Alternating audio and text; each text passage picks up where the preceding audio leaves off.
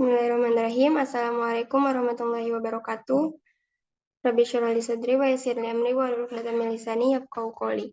Yang terhormat kepada dosen pengampu mata kuliah Sistem Informasi Manajemen Pendidikan, Bapak Fadli Emsa, STMKOM. Perkenalkan, kami dari kelompok 6 akan mempresentasikan aplikasi dari Sistem Informasi Manajemen Perpustakaan. Yang kami gunakan di sini adalah SLIMS. Langsung saja.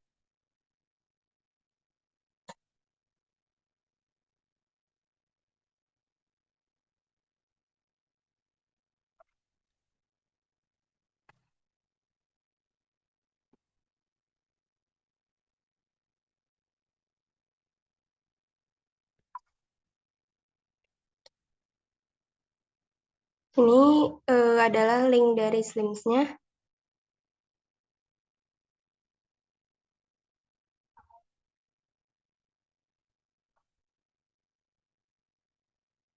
Nah, jadi SLIMS ini adalah singkatan dari Senayan Library Management System yang merupakan perangkat lunak sumber terbuka yang tersedia secara bebas yang dirancang untuk memenuhi persyaratan otomatisasi perpustakaan. Jadi di sini tampilan awal dari website SLIMS itu sendiri, dan untuk bisa menjadi admin maka kita bisa masuk ke demo 9.6 ini. Langsung saja kita klik.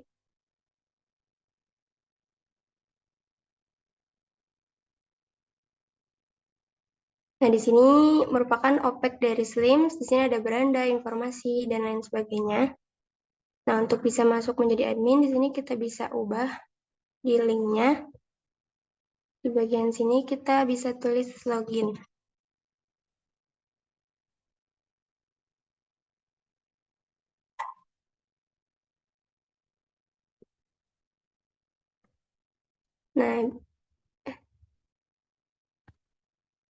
Nah, di sini langsung ada beberapa menu, ada beranda, bibliografi, sirkulasi, sampai ke kendali terbitan berseri.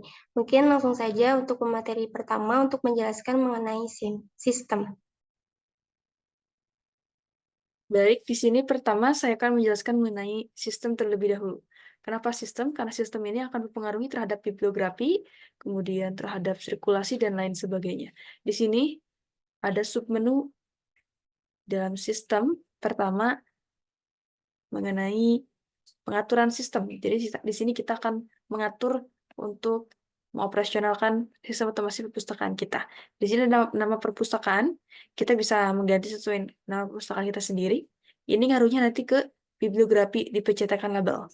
Kita lihat, pencetakan label di sini nanti akan terpengaruhi nama awalnya. Saya coba cetakan label terhadap psikologi pendidikan.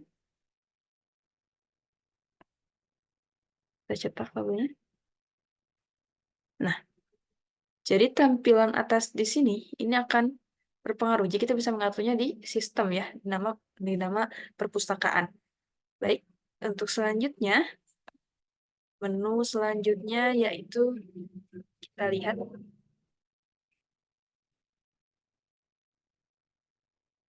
ada nama tambahan perpustakaan. Nah, ini ngaruhnya hanya di OPEC saja, tidak kemana-mana. Ini gambar logo, bisa ditambahkan logo sesuai dengan perpustakaan kita. Ada bahasa aplikasi baku, kemudian ada zona waktu baku, ada mesin pencari, kemudian ada jumlah koleksi yang ditampilkan hasil pencarian OPEC. Nah, ini pengaruh ke OPEC. Tampilannya bisa disampaikan minimalkan sampai maksimal 50. Ini ngaruhnya ke tampilan awal, seperti contoh kita dapat melihatnya di sini. Ketika kita mengklik kesusastraan subjek ini, nah di sini tampilnya hanya 10 saja. Kita bisa menampilkan sampai 50 tadi di sistem, diorganisasikan. Kemudian di sini apakah kita nampilkan judul terpilih di laman OPEC? Judul terpilih itu yang ini ya, judul sini. Nah, di koleksi sini, judul terpilih di sini. Jadi kalau ingin tampilkan, dicentang saja. Kemudian pengembalian kilat. Nah, pengembalian kilat ini mengaruhnya ke sirkulasi. Jadi, secara otomatis hanya mengetik saja kode eksemplar bukunya, dapat langsung terekam pengembaliannya itu. Cuman minimnya, banyak perpustakaan atau pustakawan yang minjam buku itu dendaannya tuh belum dibayar. Jadi kan kalau return secara otomatis ketika eksemplarnya dicantumkan langsung terbayarkan, sedangkan yang denda belum bawa uangnya, jadi gitu ya. Jadi uangnya masih belum ada, nanti jadi PR ke pustakawan kemana uangnya gitu kan. Padahal secara otomatis cepat, jadi secara otomatis terekam tidak dapat di ini kan. Jadi bisa sesuai dengan kebutuhan apakah ingin seperti itu atau tidak. Di sana di enable atau disebalkan. Mungkin di sini ada cetak petak bukti sirkulasi. Ya di sini cetak bukti sirkulasi. Jadi bisa langsung include ke printan gitu ya. Kemudian ada perubahan manual. Apakah ingin manual? Silakan di-enable atau enablekan. Mengabaikan batas pinjam, kemudian ada abaikan perhitungan. Batas pinjam ini juga bisa dimungkinkan atau tidak dimungkinkan. Jadi contoh 1 orang 5 buku. Kalau tidak dimungkinkan, berarti orang bisa minjem lebih dari 5 buku gitu.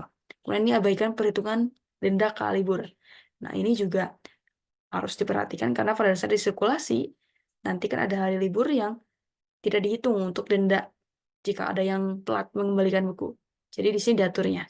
Kemudian ada detail XML OPEC, hasil XML OPEC, kemudian aktifkan pemeriksaan ejaan. Ini seperti di Google ya, dibantu dalam segi pengejaannya. Kemudian ada izinkan pengunduhan berkas OPEC. Nah ini bisa kita lihat di tampilan awal nanti di OPEC, di buku ataupun di file yang disisipkan, apakah bisa di-download atau tidak. Di sini diaturnya. Kemudian ada sesi masuk berakhir. Ini secara otomatis nanti kalau sudah waktu seperti ini, sampai 7.200 detik, tetapi masih dalam ini bisa keluar sendiri gitu. Kemudian penyandian barcode, kompilasi penghitung pengunjung dengan IP. Jadi kalau IP-nya tidak mungkin dari sini, maka IP yang bukan dari per sini bisa masuk gitu. Tapi kalau dimungkinkan, hanya server ini saja yang bisa masuk. Jadi tidak mungkin saja biar semua bisa masuk. Kemudian ada penghambatan akses penghitung.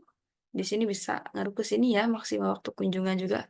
Kemudian metode pemesanan, ada pemesanan hanya untuk eksemplar terpinjam, ada peringatan konfirmasi diaktifkan, dan verifikasi SSL diabaikan.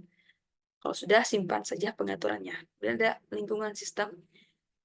Lingkungan sistem ini melibatkan informasi mengenai software dan hardware yang digunakan gitu ya. Seperti contoh ini ada Apache, ya, perangkat lunak yang digunakan dalam operasional sistem Slim ini gitu ya.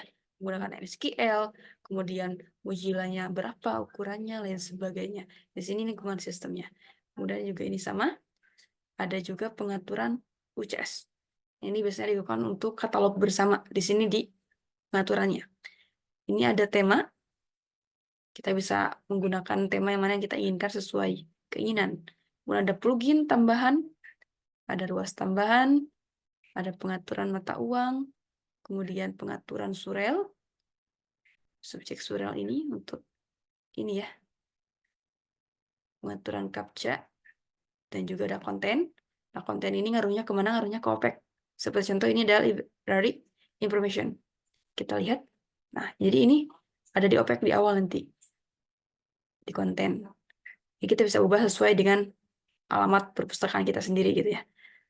Kalau sudah di konten, ya di sini ngaruhnya nanti di awal. Di indeks biblio, nah ini ngaruhnya ke OPEC juga. Nanti kalau ini dikosongkan indeksnya, maka tidak akan bisa dicari pencariannya. Tapi kalau diulang lagi, nanti ada tampilannya. Kemudian sini ada modul. Nah, modul sini merupakan ini ya, tampilan dari atas ini. Jadi kita bisa menambahkan modul sesuai dengan keinginan dan kebutuhan. Hanya tambahkan di sini saja. Kemudian ada kelompok pengguna, ini sangat penting untuk bisa membuat akun bagi pengguna seperti contoh inventaris. Ini akun inventaris. Nah, dia memiliki contohnya hak istimewanya bibliografi sama bagian inventarisasi. Maka hak tipe anggota inventaris ketika langsung kita bikin pengguna contohnya. Pustakaan pengguna, menambahkan pengguna baru ya. Di sini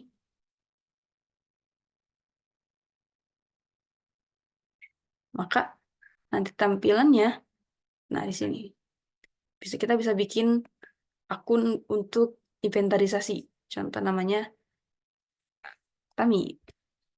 Di sini sebagai tipenya. Nah, di sini ditentukan tipenya, kemudian alamat email, sosial, file, butuh, jika kalau butuh untuk foto. Nah, di sini nih. Di sini tugasnya. Contoh inventarisasi, bikin admin. Contoh admin saya ini. Maka ketika disimpan, gitu ya. Nah, ini admin kita, nanti kita masuk ke aplikasi Slim. Jadi anggota bagian inventaris, modul yang tampil di atas ini hanya hak istimewanya saja. Jadi hanya bibliografi dengan inventarisasi saja. Kemudian di sini sudah mengatur anggotanya, pustakawan atau pengguna sistemnya, baru ada pengaturan pemintasnya. Di sini masuk ke beranda, ngaruhnya ke beranda. Kemudian setelan hari libur, ini juga penting karena akan berpengaruh kepada sirkulasi peminjaman. Di sini juga ada pembuatan barcode, jadi include ya. Jadi kalau barcode dari buku itu sudah rusak, kita bisa bikin di sini. Maksimalnya 15. Contohnya saya bikin barcode ini, bentuknya seperti ini.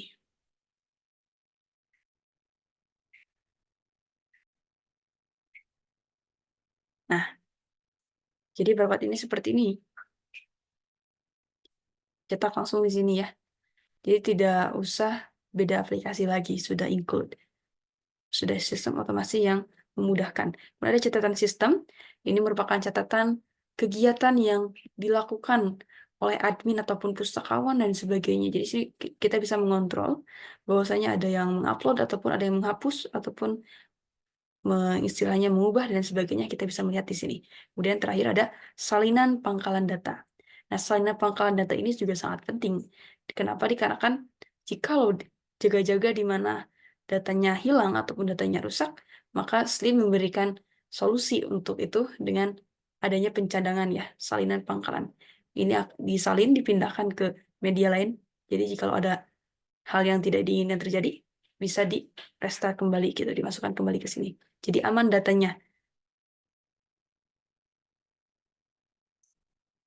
Mungkin sekian mengenai sistem. Baik, di sini saya akan menjelaskan tentang daftar terkendali atau master file.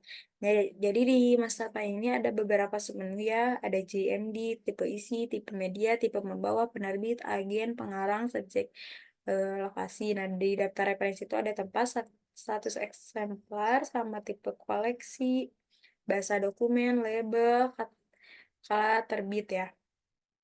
Langsung aja kita ke yang pertama, JMD itu format fisik dokumen. Nah, jadi di JMD itu ada 3 menu, yaitu menghapus, ngedit, sama menambahkan. Nah, jadi si format fisik dokumen itu berpengaruhnya di bibliografi. Jadi kita bisa lihat di sini ya. Jadi di bibliografi ini tuh, nah, ada menu JMD-nya. Ada JMD. Nah, ini ya. Nah, jadi ini tuh editnya tuh gak bisa di bibliografi, jadi harus ke daftar terkendali di master file itu.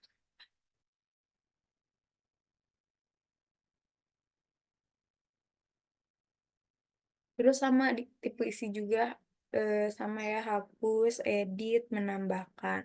Nah, ini juga sama pengaruhnya di bibliografi yang ini tipe isi. Terus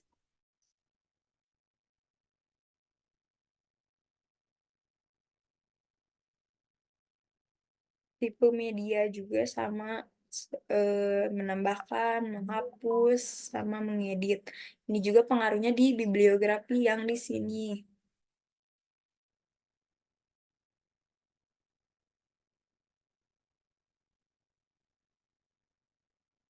Nah, ini ya, kala terbit, penerbit. Pokoknya yang di sini hampir semuanya tuh buat ngedit semua itu adanya di daftar terkendali atau di file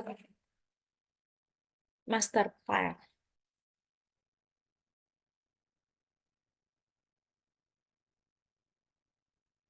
Nah, kalau agen ini tuh buat kita tuh tahu dia tuh si buku itu tuh nge-supply-nya tuh kemana aja. Itu juga sama di bibliografi, tapi di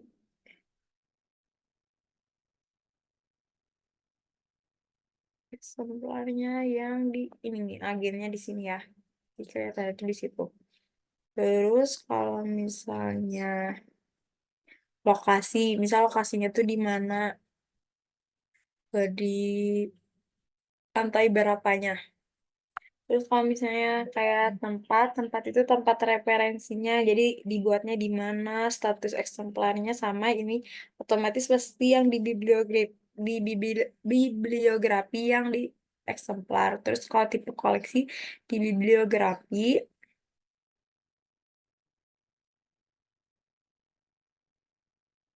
Nah, kalau bahasa dokumen itu kayak mau bahasa Inggris, Indonesia atau apa.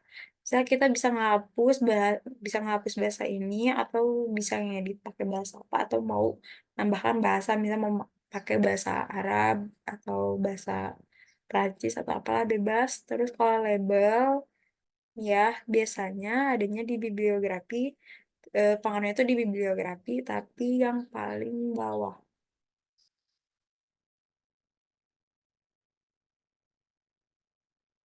di sini ya. Mungkin itu aja sih yang bisa saya sampaikan tentang daftar terkendali atau master plan. Jadi secara garis besar menunya tuh buat ngedit, menambahkan, sama menghapus. Terus pengaruhnya si master plan itu pasti ke si isi bibliografinya ya. Itu aja ya. Oke, selanjutnya kita masuk saja ke menu bibliografi. Nah, di menu bibliografi ini tuh digunakan untuk menginput koleksi pustaka di perpustakaan digital. Nah, di menu bibliografi ini tuh ada 4 submenu. Yang pertama ada menu bibliografi, terus ada menu eksemplar, terus ketiga ada menu salin katalog, sama yang terakhir keempat ada menu peralatan.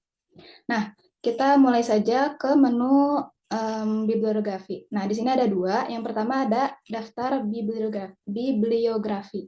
Nah, di menu bibliografi ini tuh digunakan untuk memuat berbagai koleksi pustaka gitu yang sudah diinput ke dalam database. Nah, jadi di sini tuh ada judul, terus ada ISBN, ISSN, ada salinan, sama ada perubahan terakhir gitu. Nah, jadi kita bisa lihat nih di daftar bibliografi koleksi pustaka apa aja yang udah diinput ke database di perpustakaan digital gitu. Nah, jadi kalau kita mau menambah bibliografi baru, kita bisa nih masukin di tambah bibliografi di sebelah kanan atas ataupun yang di bawah daftar bibliografi. Kita masuk aja ke daftarnya ya, tambah. Nah, di sini kita mau menginput sebuah buku ya. Nah, judul bukunya itu manajemen untuk terpadu. Nah, nama pengarangnya tadi udah diinput, Tatang Ibrahim sama Parus Diana. Nah, untuk pernyataan pertanggungjawab ini tuh hampir mirip gitu ya. Sebagian besar tuh rata-rata sama kayak pengarang, kecuali kalau bukunya itu tuh buku terjemahan gitu. Kalau buku terjemahan, pernyataan tanggung jawabnya itu penulis aslinya, sedangkan bagian pengarangnya itu si penerjemahnya gitu. Nah, jadi ini karena buku asli, jadi nggak perlu ada pernyataan pertanggungjawaban ya. Terus untuk edisinya, di sini edisi pertama gitu. Terus untuk info detail spesifiknya itu nggak perlu karena info detail spesifik itu lebih mencakup ke arah koleksi non buku gitu kayak peta atau globe gitu ya. Terus untuk pembuatan nomor eksemplar kita buat aja ini yang ini. Tadi aku udah sebelumnya saya udah buat K00K. Terus total itemnya kita masukin 3 item. 3 item. Udah. Terus untuk GMD-nya karena ini koleksi buku jadi kita masuk ngambil aja yang teks. Terus untuk tipe isi, tipe media sama tipe pembawa ini tuh digunakan untuk mengelola katalog gitu. Jadi nggak perlu diisi di sini dulu. Nah, untuk kala terbit, ini kita juga nggak menggunakan ini karena kala terbit ini digunakan untuk koleksi majalah ataupun koran gitu, yang selalu ada terbitan setiap ininya, periodenya gitu, karena berseri. Terus untuk ISBN-nya, di sini, mana ya ISBN-nya? 978 623 205 463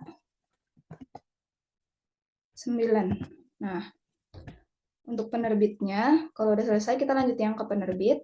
Penerbitnya di sini harusnya ini ya, kita nulisnya itu anggota IKAPI. Cuman saya udah nyoba kemarin sama tadi tuh, tapi nggak bisa, kayak entah mungkin sistemnya agak error sedikit atau gimana. Jadi kita kosongin aja untuk sementara. Terus untuk tahun terbit, di sini tahun terbitnya itu 2021. Nah, tempat terbitnya juga sama, kayak ada kesalahan sistem dari sistem SLIMS-nya, jadi kita lewati dulu untuk sementara. Untuk deskripsi fisiknya, di sini volume 1,282 halaman,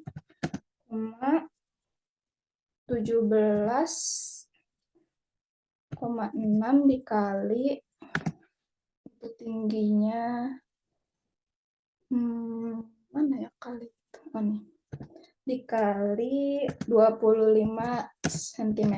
Jadi untuk deskripsi fisik itu tuh kita mendeskripsikan jumlah halamannya, terus lebar, tinggi, jumlah halamannya gitu.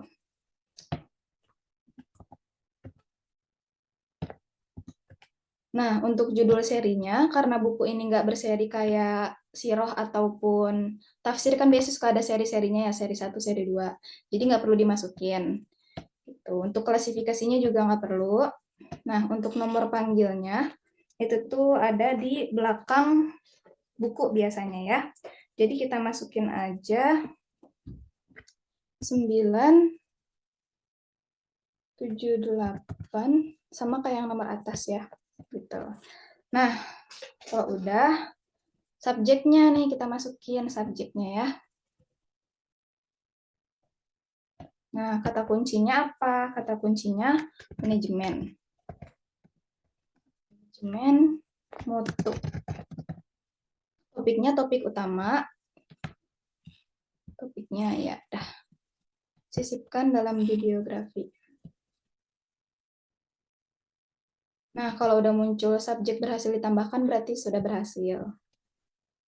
Terus yang selanjutnya bahasanya. Jangan lupa bahasanya kita ubah ke bahasa Indonesia. Nah, untuk abstraknya, itu juga ada di belakang. Jadi kita tulis ya. Manajemen mutu terpadu adalah sistem nilai yang mendasar dan komprehensif, meningkatkan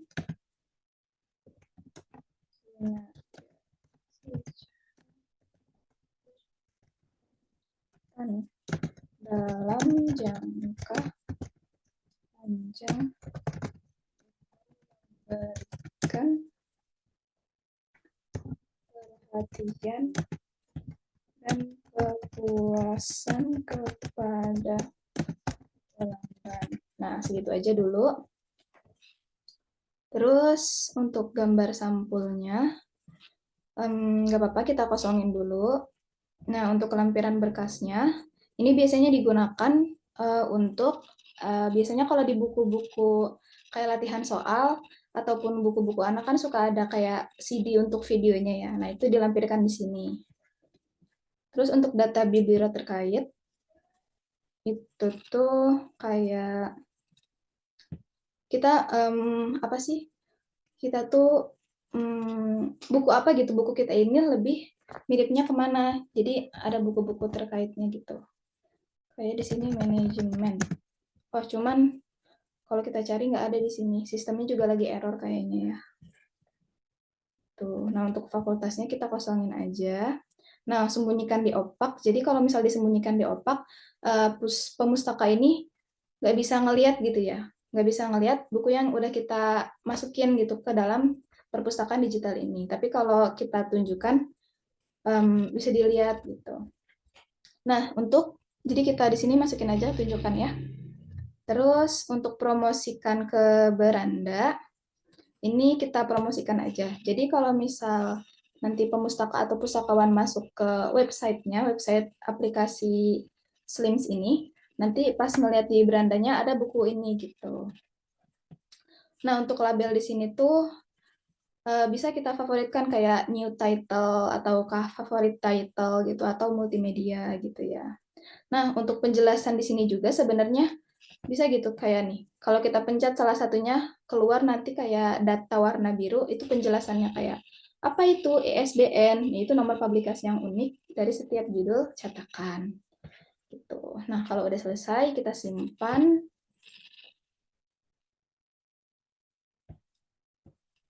Nah, kalau hasilnya udah kayak gini, berhasil, data baru bibliografi berhasil disimpan, itu berarti sudah sukses ya. Udah oke. Nah, kita cek nih di daftar eksemplar. Kita cek di daftar eksemplar. Ada kan? Nah, muncul nih.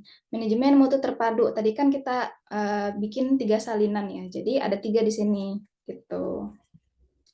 Nah, terus selanjutnya ada daftar eksemplar keluar. Nah, apa sih daftar eksemplar keluar? Yaitu daftar eksemplar yang dipinjam oleh pemustaka gitu. Nah, jadi di sini ada 3 buku yang dipinjam sama pemustaka, yaitu buku pengembangan koleksi ada 2 sama buku ayah. Nah, jadi kita bisa lihat nih, ada kode eksemplarnya, terus ada ID anggotanya, ada judulnya, tanggal dipinjam sama tanggal dikembalikan. Jadi kita bisa mengawasi eksemplar-eksemplar yang udah kita input ataupun orang lain input dari sini.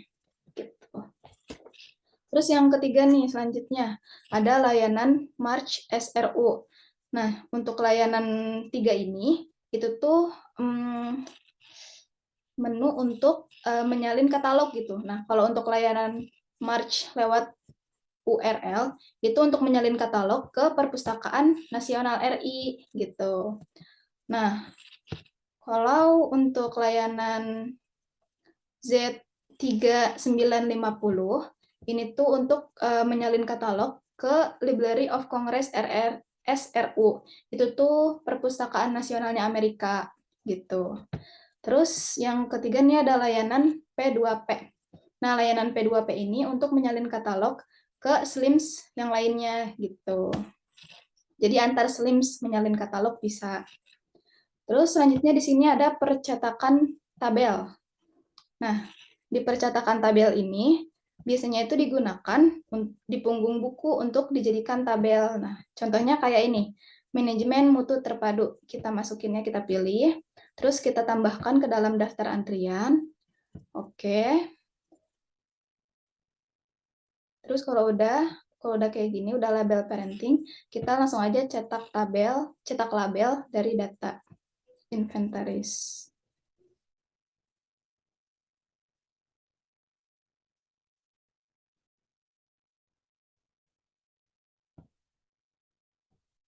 Nah, nanti hasilnya yang keluar kayak gini.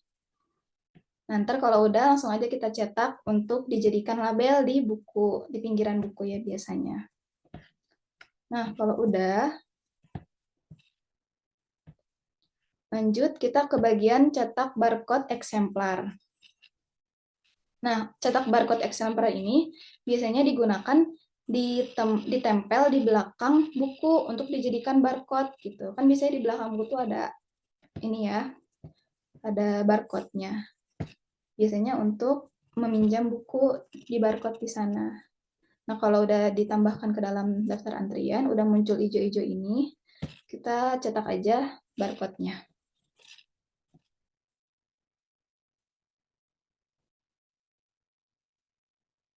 Nah, nanti yang keluar seperti ini. Ini barcode namanya ya. Oke, nanti tinggal dicetak, di print, nanti tempelin gitu. Nah, selanjutnya ini ada ekspor data March sama impor data March. Nah, untuk apa nih ekspor impor data March ini?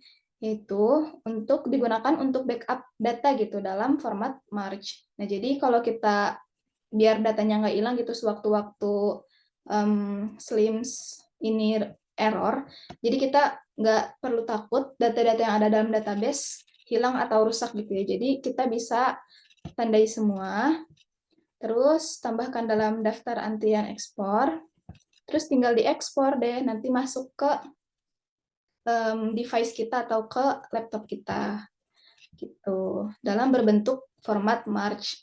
Sama halnya yang diimpor data ini. Kalau tadi kan mengekspor ya, jadi kayak memindahkan keluar, kalau ini memindahkan ke dalam gitu. Kalau impor. Nah, terus yang sekarang ini ada mencetak katalog.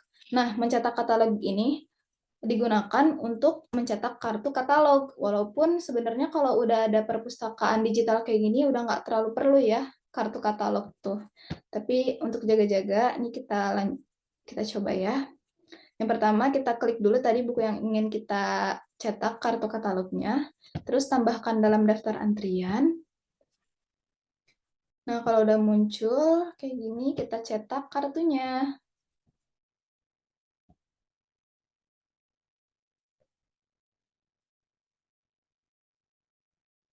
Nah, ntar hasilnya kayak gini. Tinggal dicetak deh.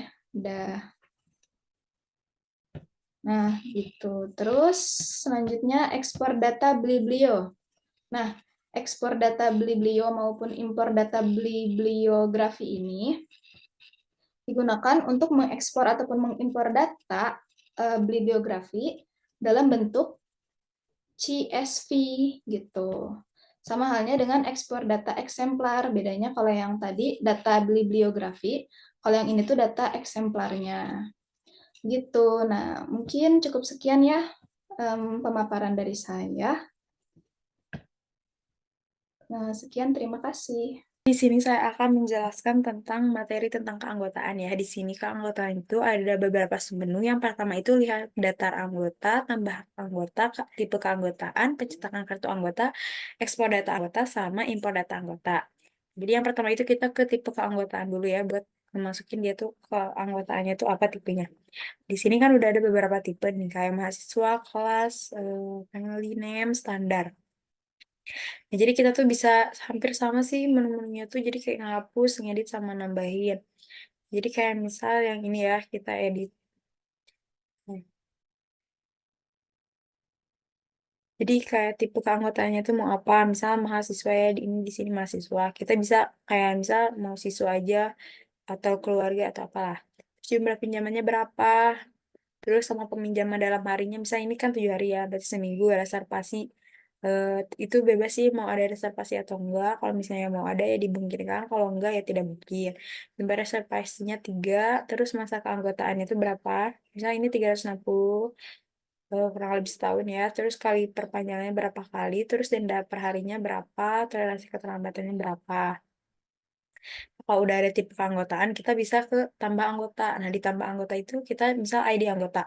Di ID anggota itu biasanya kita kalau di apa mahasiswa ininya pakai NIM ya. Kalau misalnya masih sekolah NISN. Jadi biar si pustakawannya itu nggak ribet harus bikin ID anggota satu-satu. Jadi kalau udah otomatis ya udah pada punya. Terus nama anggotanya siapa, tanggal lahirnya berapa. Jadi tinggal klik di sini.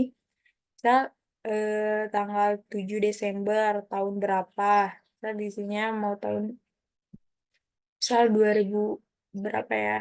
Di sini tinggal di scroll aja terus simpan.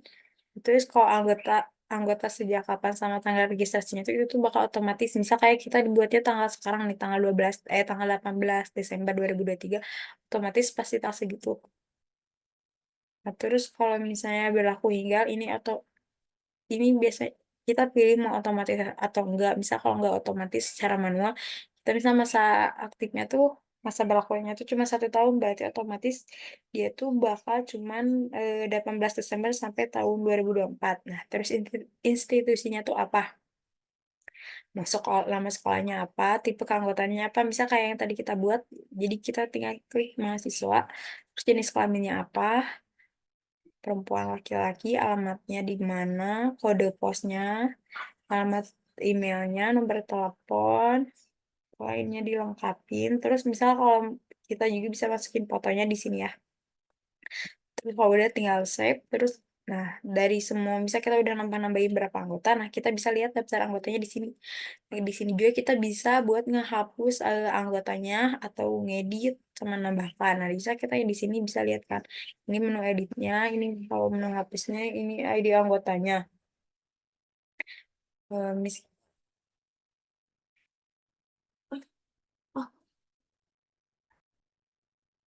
Nah, terus ini pencetakan kartu anggota.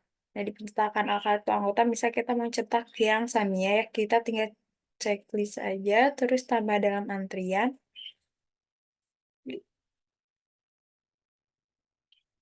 Terus tinggal lihat di cetak kartu anggota yang telah terpilih ya di sini. Nah, di sini udah jadi ya. Jadi kita nggak harus bikin manual karena udah otomatis jadi. Nah, tinggal kita print. Udah. Paling terus kalau misalnya ekspor data anggota tuh, nah misal kita pilih mau yang mana yang mau diekspor, tinggal ekspor sekarang, nanti bakal ke download, misal kita ke Excel, nanti bakal diarahin ke Excel. Nah, di Excel itu yang daftar anggota tadi semua. Nah, terus impor data anggota juga hampir sama kayak di ekspor juga, cuma bedanya kan kalau ekspor dari Slims ke Excel-nya, kalau itu sebaliknya. Mungkin itu aja tentang keanggotaan. Untuk selanjutnya, yaitu saya akan menjelaskan mengenai sirkulasi. Sirkulasi ini terjadi ketika sudah ada pengisian bibliografi dan juga tentunya keanggotaan. Saya akan contohkan transaksi yang akan dilakukan sebagai anggota. Kita ketik di sini id anggota 07 09. Coba. Nah, saya sudah mendaftar ini Samia di sini. Kemudian baru kita masukkan kode barcode eksemplar buku yang akan kita pinjam. Seperti contoh, saya akan meminjam buku dari yang sudah diupload ya, eksemplarnya. Ini manajemen. Aduh. Saya akan coba meminjam buku ini. Di sini. Tinggal ketik saja. Nah, ini submenu yang nanti akan tampil. Peminjaman saat ini, reservasi, denda, dan sejarah peminjaman mengenai anggota ini gitu. Jadi kita bisa melihat. Kita pinjam. Nah, di sini kita sudah dapat bukunya. Baru kita selesaikan transaksinya.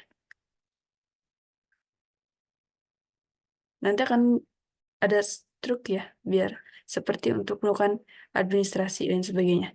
Ini contohnya seperti ini. Transaksi. Kemudian bagaimana cara mengembalikan? Tadi kan ada di sistem pengembalian kilat ya. Mungkin saya akan mencoba pengembalian secara manual. Kembali lagi ke sini. Ketik lagi nomor ID-nya. Nah, di sini peminjaman saat ini. Jadi kita bisa secara manual kembalikan atau perpanjang. Kode eksemplarnya ini. Oke,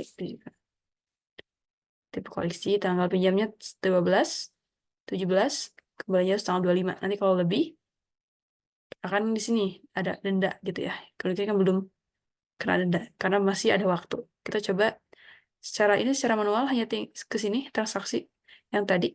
Kalau secara kilat, kita bisa langsung ketik saja buku eksemplarnya, maka langsung tampil ya.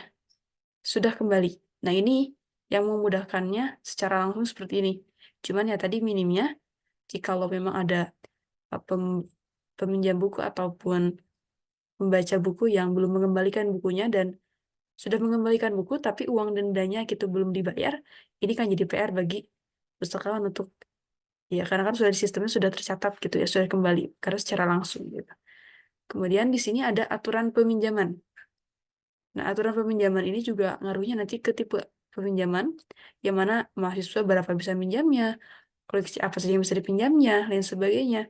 Maka kita bisa menambahkan, mengurangi, atau menyunting untuk tipe keanggotaan yang dapat minjam. Seperti contoh mahasiswa, tipe koleksinya hanya textbook saja boleh minjamnya, kemudian jumlahnya 5, periode peminjamnya hanya 7 hari, dendanya berapa. Di sini diatur di sini untuk keberlangsungan sirkulasinya.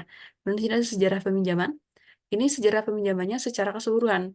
Kalau tadi kan di transaksi ada sejarah peminjaman juga, cuman untuk anggotanya saja. Kalau di sini secara keseluruhan. Setelah di sini kita lihat tadi Samia ya, manajemen mutu terpadu. Di sini sudah tercatat.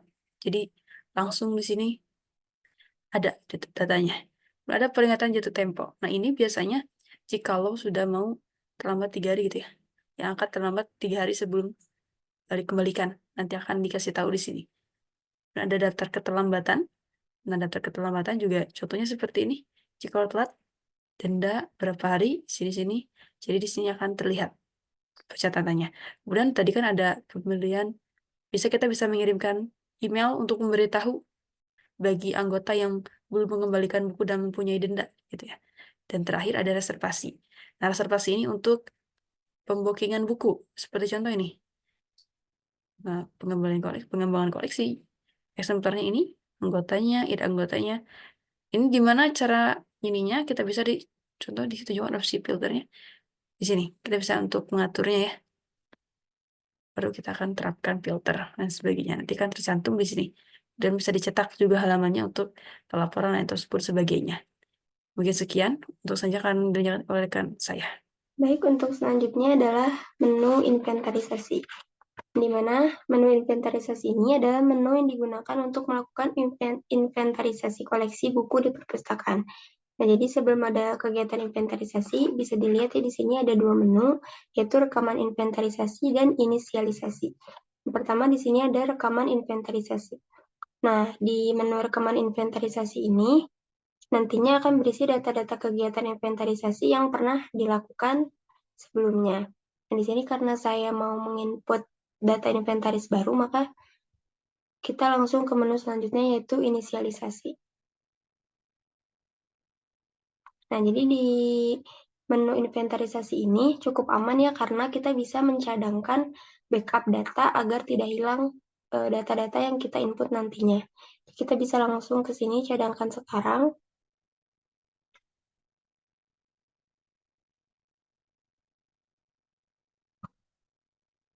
Nah, di sini kan ada nama inventaris, maka kita bisa masukin data inventarisnya, bukunya. Di sini saya mau masukin buku filsafat yang ada di bibliografi tadi. Filsafat.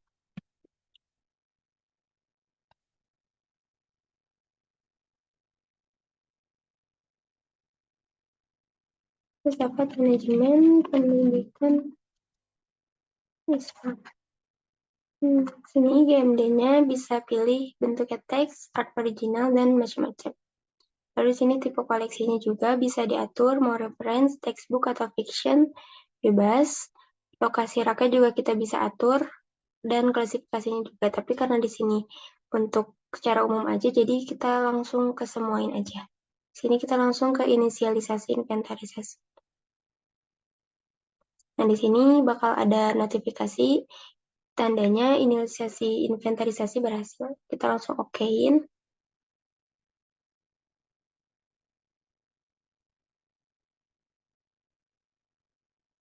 Nah, setelah kita klik OK, maka di sebelah kiri terdapat menu lagi, menu baru. Nah, ini kan ada rekaman inventarisasi. Nah, ini yang tadi barusan saya input. Lalu di selanjutnya di sini ada inventarisasi aktif. Nah, di sini itu bisa untuk melihat status bukunya. Gitu. Jadi kan kita mau lihat yang buku filsafat tadi, maka kita bisa ke bibliografi untuk kita melihat kode eksemplarnya yang telah diinput sebelumnya.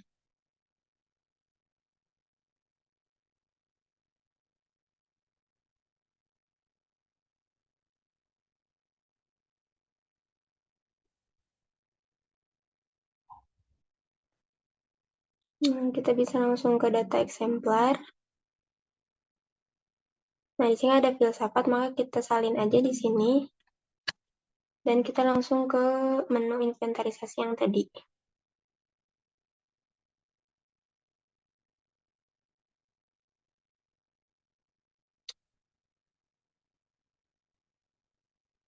Kita coba.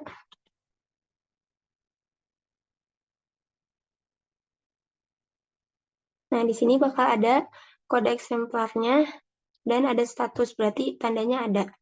Lalu untuk selanjutnya di sini ada laporan inventarisasi. Nah, di sini ada laporannya ya. ada tadi filsafat manajemen pendidikan Islam, judulnya terus ada total exemplarnya 2, karena tadi di inputnya 2. Lalu di sini ada data-datanya, dan di sini kita bisa langsung mengunduh laporan inventarisasinya. Lalu untuk menu selanjutnya itu ada eksemplar hilang saat ini. Jadi di sini kita juga bisa cek ya, yang hilang yang mana, tapi karena kita hanya menginput satu inventarisasi, maka kita lewat saja. Terus selanjutnya ada catatan inventarisasi. Nah, di sini tuh ada riwayat atau histori admin ketika melakukan inventarisasi. Ini kan yang tadi ya, filsafat, ada jamnya dan ada tanggalnya juga. Sini lanjut ke menu unggah daftar.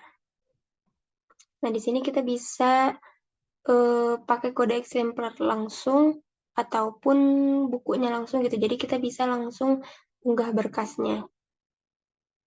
Lanjut aja ke menu resinkronisasi. Nah, di sini menu resinkronisasi ini untuk memperbarui atau menyinkronkan inventarisasi yang tadi kita lakukan gitu. Bisa langsung di sini kita klik.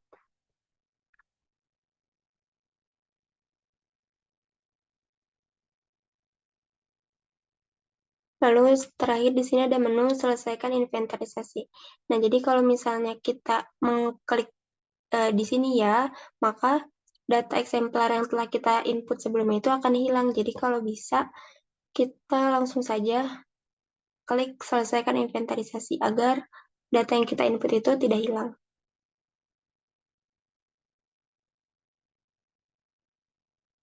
Maka di sini selesai, kita klik OK.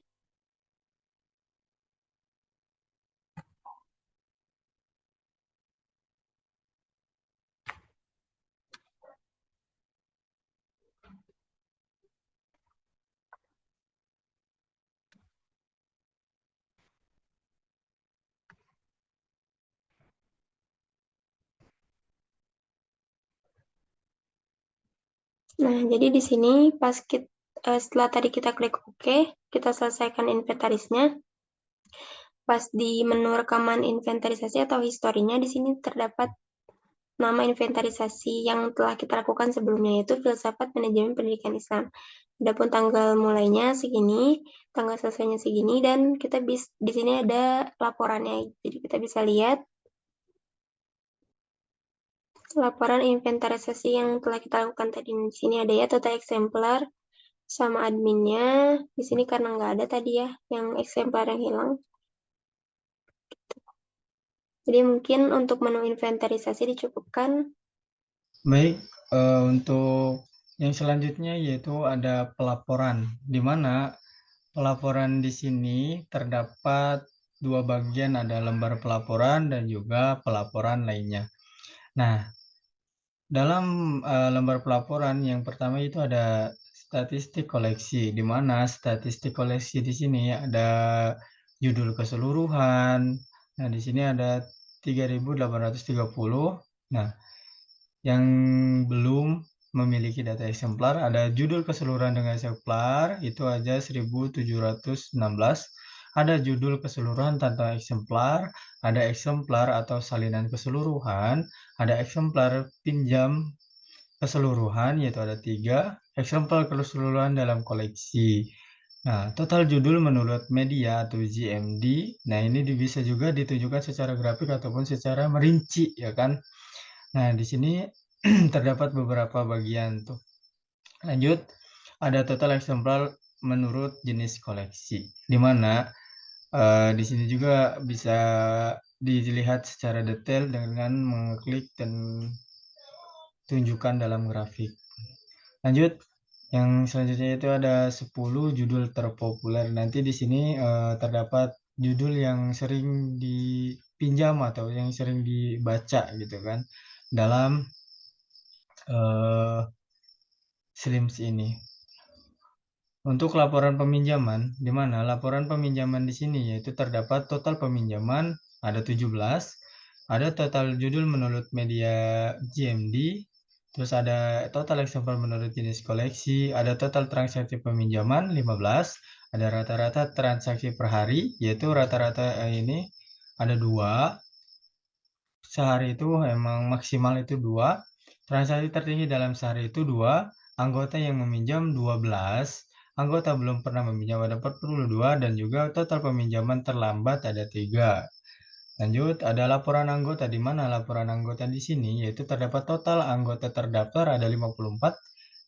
Nah, di sini juga harus yang 54 tersebut itu sebagai anggota yang aktif.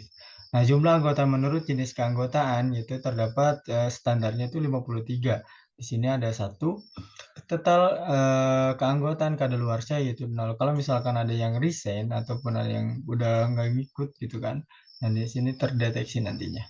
Nah, lalu ada 10 anggota paling teraktif, di mana 10 anggota di sini dulu masih secara global, tapi sekarang sudah diperbaiki secara merinci. Nah, di sini nanti juga bisa disambit juga.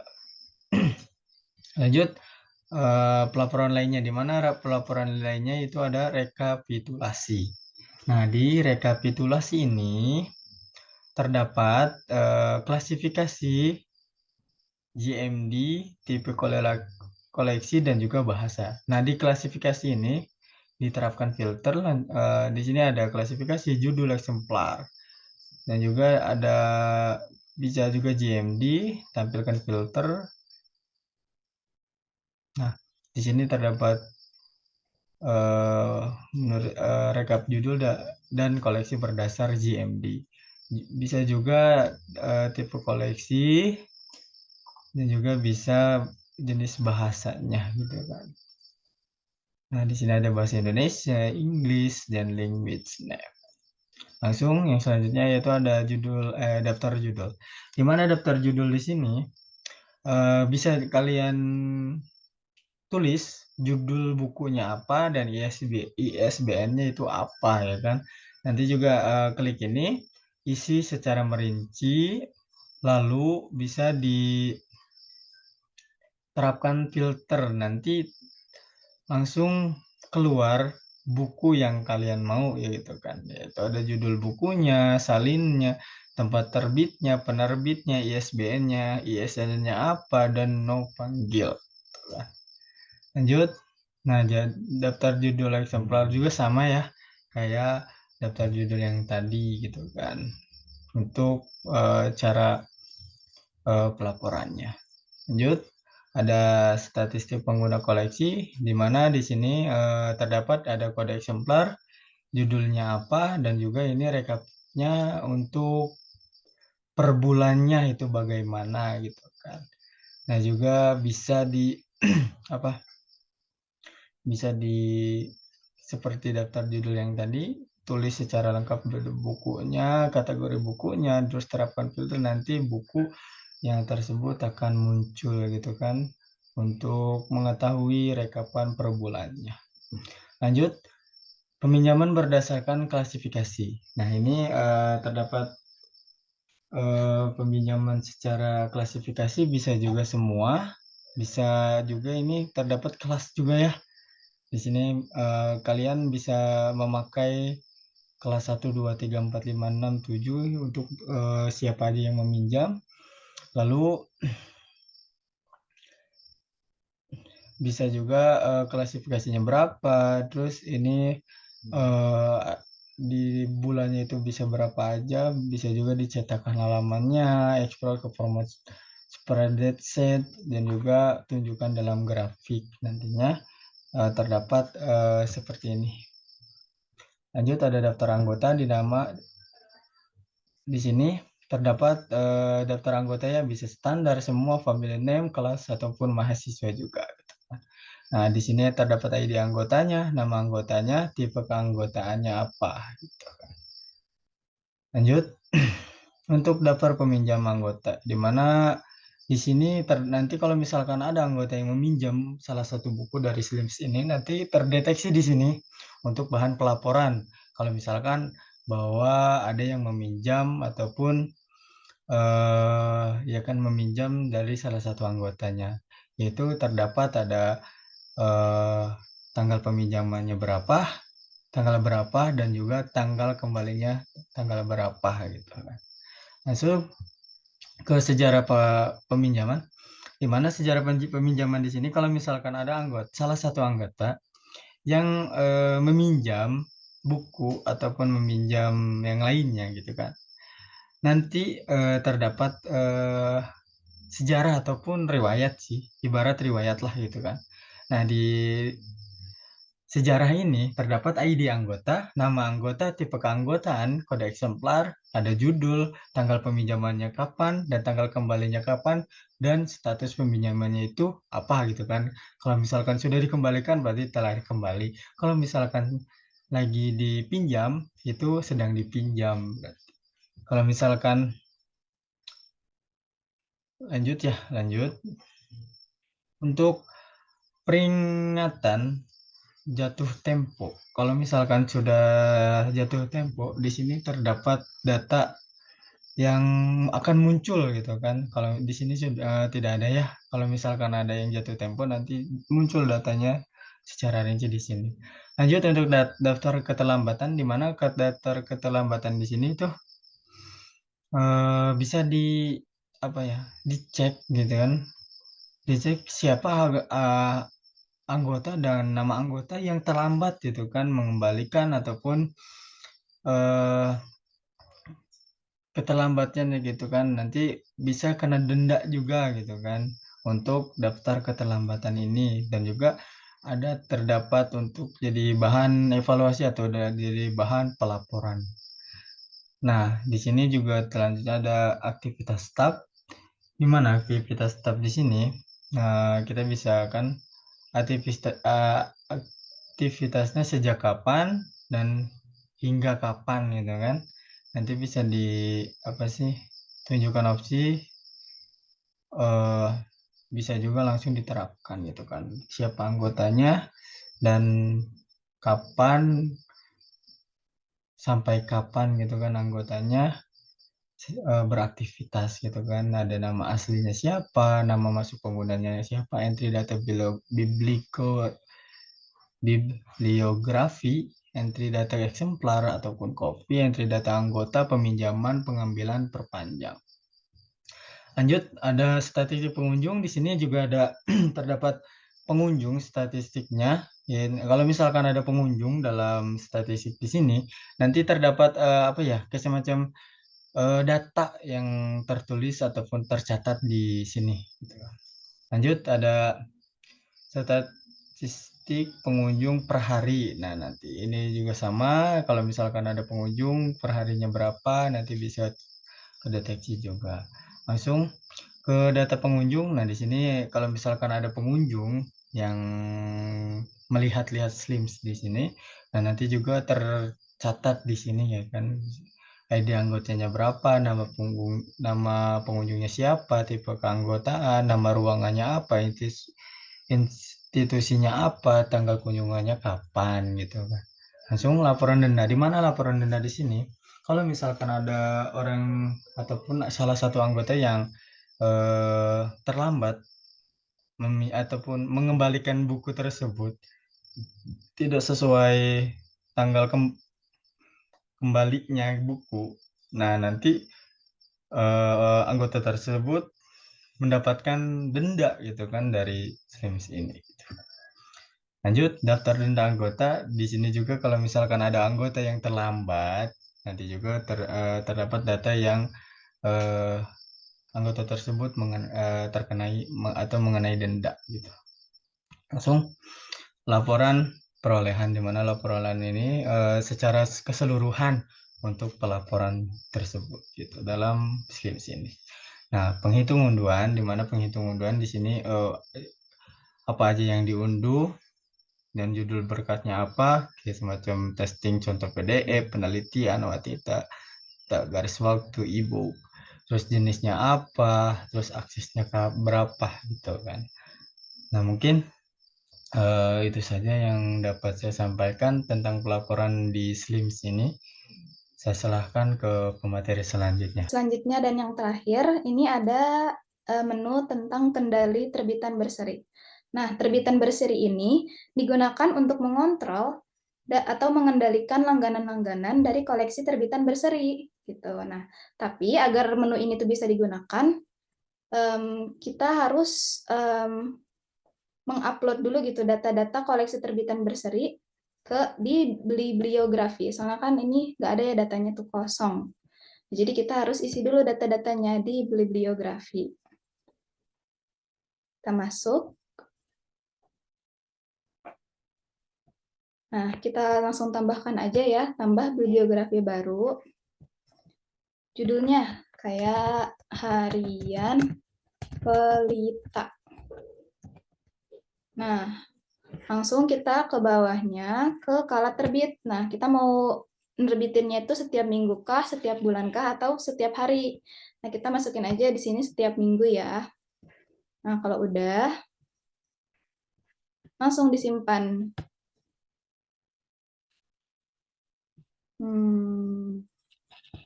Oke. Nah, kalau udah muncul kayak gini berarti udah berhasil. Nah, kita lanjut lagi kembali ke kendali terbitan berseri.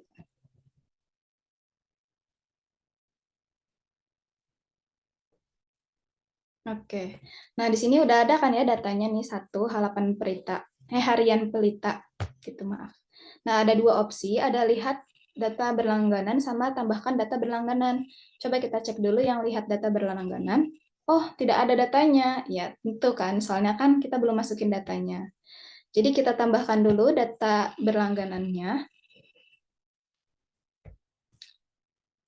Nah, nanti munculnya kayak gini nih.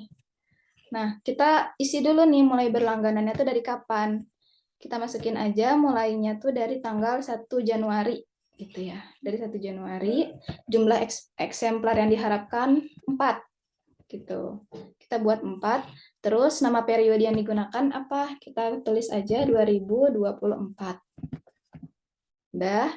Nah, catatan berlangganannya apa nih? Kalau ada catatan khusus, kita tinggal masukin. Nah, GMD-nya, karena ini berbentuk buku atau harian ya, koran, jadi berbentuk teks. Gitu. Kalau udah, simpan. Nah, kalau udah tandanya berhasil gini, berarti udah bisa. Terus lanjut nih, karena ini belum selesai, kita lanjut ke ubah detail Kardex. Ubah detail Kardex. Sebentar ya, ini lagi loading.